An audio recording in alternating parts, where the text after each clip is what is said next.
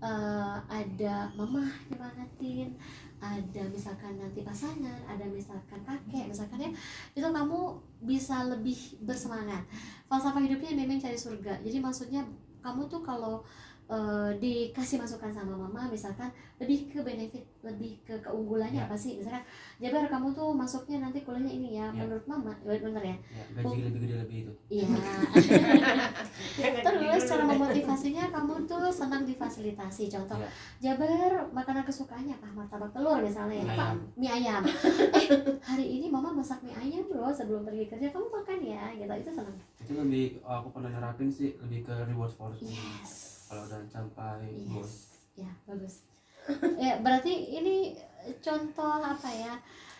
Seseorang sensing yang sebenarnya sudah punya karakternya keluar gitu. Ya, gitu ya. Pakai. Nah, perilaku sensing extrovert itu kamu senang berpetualang, suka naik gunung? Pengen banget, terus belum izinin. Oh iya. Kan ada rencana liburan sama teman-teman. Oh gitu. Nurut apa kata bunda? Iya.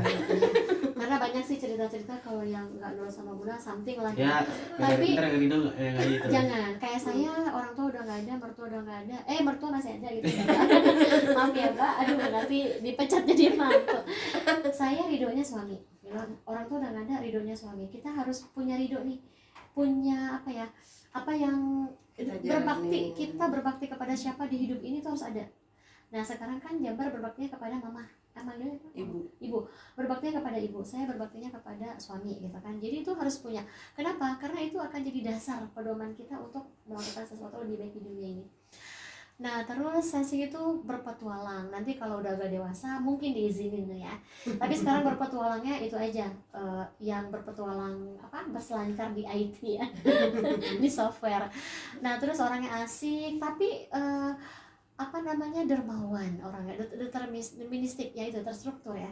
Jadi kalau punya planning dia terstruktur dan orangnya stabil.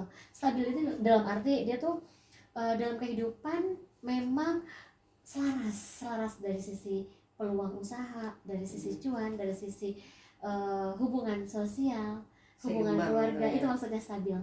Orang sensing itu senang menselaraskan tau ya, membuat seimbang di hidupnya gitu kan. Nah terus ini kecenderungan ya, jadi negatif itu ya masih suka overthinking nggak? Ragu-ragu overthinking ya. Nah iya, masih suka mencemaskan sesuatu, itu OT ya. Tapi nggak apa-apa. Kenapa? Karena kalau orang sensing itu kalau di switch mindsetnya, OT-nya itu bisa jadi pemicu dia untuk lebih baik lagi. Jadi kayak aku ya, contoh misalkan, waduh besok nih mau ketemu S3 nih doktoral gitu ya, padahal aku tuh S2 gitu, gimana caranya supaya besok berhadapi, aduh gimana ya, kayak cemas banget ya besok, jadi OT kan, nanti kalau besok nanya aneh-aneh gimana ya. Tapi dengan orang sensing, dia akan belajar, oh ya udah kalau gitu saya coba baca podcastnya yang terkait materi yang besok mau dihadapi.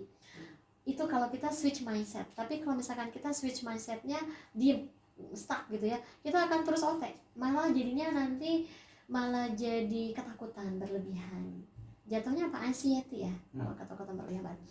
Oke, suka pamer nih sebenarnya ada dua ya. Kalau misalkan secara efek negatif, kalau suka pamer dia tuh senang dipuji, tapi itu bagus sebenarnya, diapresiasi namanya ya.